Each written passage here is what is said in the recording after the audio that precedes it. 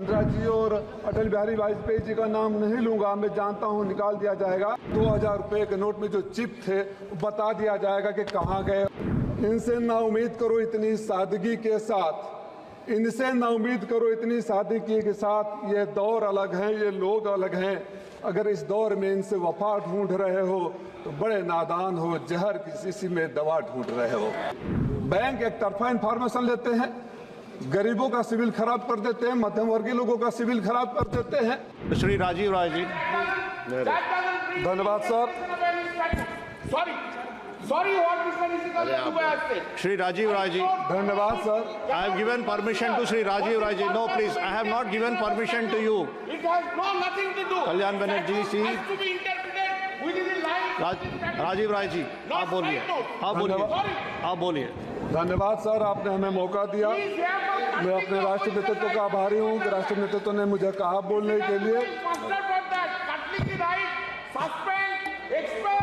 उपाध्यक्ष महोदय, आप बोलिएगा प्लीज। हम बहुत दिनों से सुन रहे थे कि बैंकिंग अमेंडमेंट बिल आ रहा है, तो हमारे जैसे लोग जो गांव के हैं, गरीबों के हैं, बड़ी उम्मीद के साथ सोच रहे थे कि जब सुधार की बात होती है तो सुधार में ये भी बताया जाएगा जिस बीमारियों से सबसे ज़्यादा लोग ग्रसित हैं बैंक के नियमों से, जैसे सिविल हो गया, बच्चों के लिए एजुकेशनल लोन हो गया, एग्रीकल्चरल लोन हो गया, छोटे छोटे व्यापारियों के लिए हो गया, इन सब बारे में बातें होगी।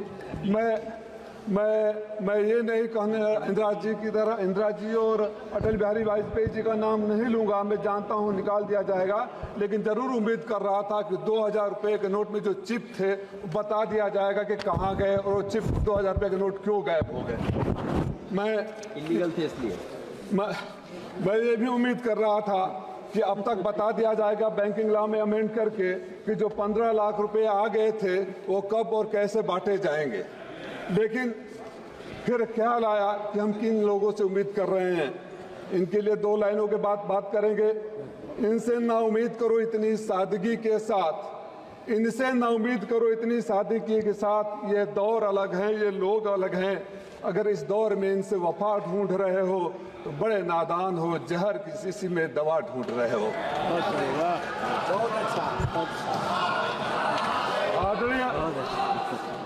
आदरणीय उपसभापति महोदय, हमारे मित्र डॉक्टर संबित पात्रा गोलगप्पे खाए, पेटीएम से पैसे पे कर दिए।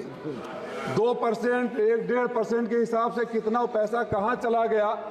अगर वो पेटीएम कमीशन नहीं लेता तो मेरा पैसा सीधे गरीब को जाता, 10 रुपये का उसको 10 रुपये मिलते और बीच में दलालों को दे दिया गया। और पहली बार हुआ कि पेटीएम का प्रचार माननीय प्रधानमंत्री जी ने किया, ये परंपरा भी पहली बार शुरू हुई। उपसभापति महोदय, पिछले 3 सालों में बड़ी अच्छी टर्मिनोलॉजी लाते हैं लोग। मैंने एक पोस्ट कर दिया था, पिछले 3 सालों में उद्योगपतियों के 5,64,365 करोड़ रुपया राइट ऑफ कर दिए गए। अलीगढ़ के हैं। अगर ये कहा जाएगा अलीगढ़ के हैं कि माफ कर दिए तो आप कहेंगे नहीं राइट ऑफ कर दिए।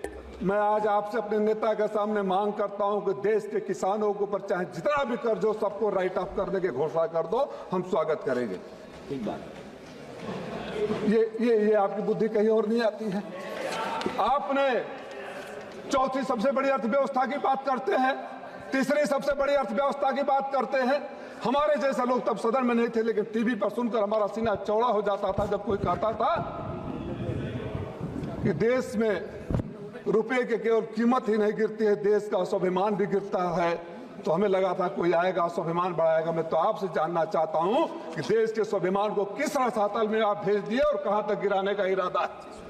चौथी अर्थव्यवस्था हो जाएगी, डॉलर की कीमत के सामने रुपए की कीमत खत्म हो जाएगी और आप अपनी पीठ थपथपाएंगे। इस देश की वो बैंकिंग सिस्टम है जो गरीबों के घर से दिन भर की कमाई निकालता है। मैडम, मैं आपसे अनुरोध करूंगा, विचार जरूर करिएगा कि अगर गरीब दिन भर सब्जी खरीदता है और रात को बैंक में डालता है, अगले दिन बैंक में डालता है, फिर निकालता है, तो अपने पैसे पर ट्रांजैक्शन फीस। पहली बार इस देश ने यह भी देखा कि गरीब जितनी बार बैंक में जाएगा, बैंक से पैसा लेकर आएगा, कुछ न कुछ आपको देगा। आप तो मंदिर के उस महंत की तरह हो गए कि जब जाएंगे कुछ देकर आएंगे। ये तो ठीक नहीं है।